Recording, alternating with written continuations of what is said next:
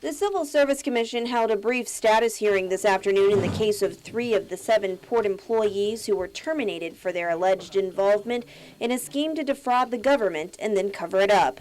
Marketing Administrator Bernadette Stern-Meno, Corporate Services Manager Vivian Leon, Controller Jose Guevara, Personnel Specialist Francis Areola, Personnel Services Administrator Francine Rocio, Program Coordinator Josette Havalosa, and Planner Work Coordinator Leonora Leon Guerrero have all denied any wrongdoing, as Port Management and Legal Counsel have accused them of participating in a conspiracy to defraud the government out of close to $100,000 and then allegedly falsifying documents. As we reported, the terminations all stem from Meno's alleged slip and fall in the port bathroom in September of 2011. Meno initially denied medical treatment at GMH and then more than 9 months later asked to see Dr. Stephen Hayashida, who port workers referred to as the port surgeon.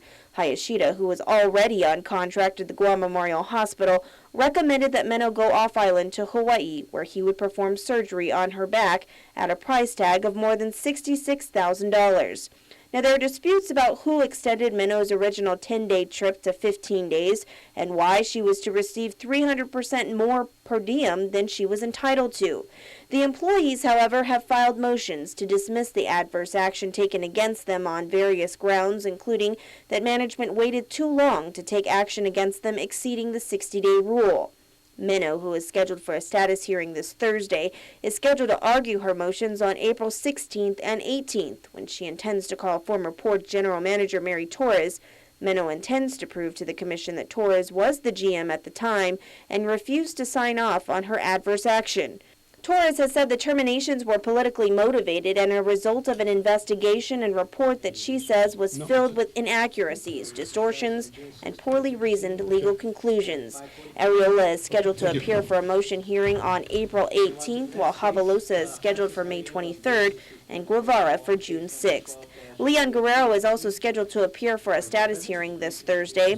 Rocio and Leon are scheduled to have their motions heard on August 1st. Meanwhile, during today's status hearing, CSC staff mentioned that they expect the Attorney General's legal opinion on the status of Port Board members Dan Tydinko and Mike Benito possibly by the end of this week. Commissioners are waiting on that legal opinion to help guide them with some of the motions to dismiss that have been filed. As we reported, the opinion was requested by Port Oversight Chair Senator Tom Atta, who argues the 2 board members are illegally serving on the board as he believes their terms have already expired. Senator Atta believes the 2 were appointed to fill the unexpired terms of previous board members, but Adelup believes Tydinko and Benito were appointed to fill 3-year terms.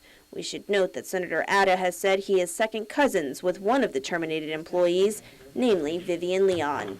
Reporting for Guam's News Network, I'm Mindy Egan.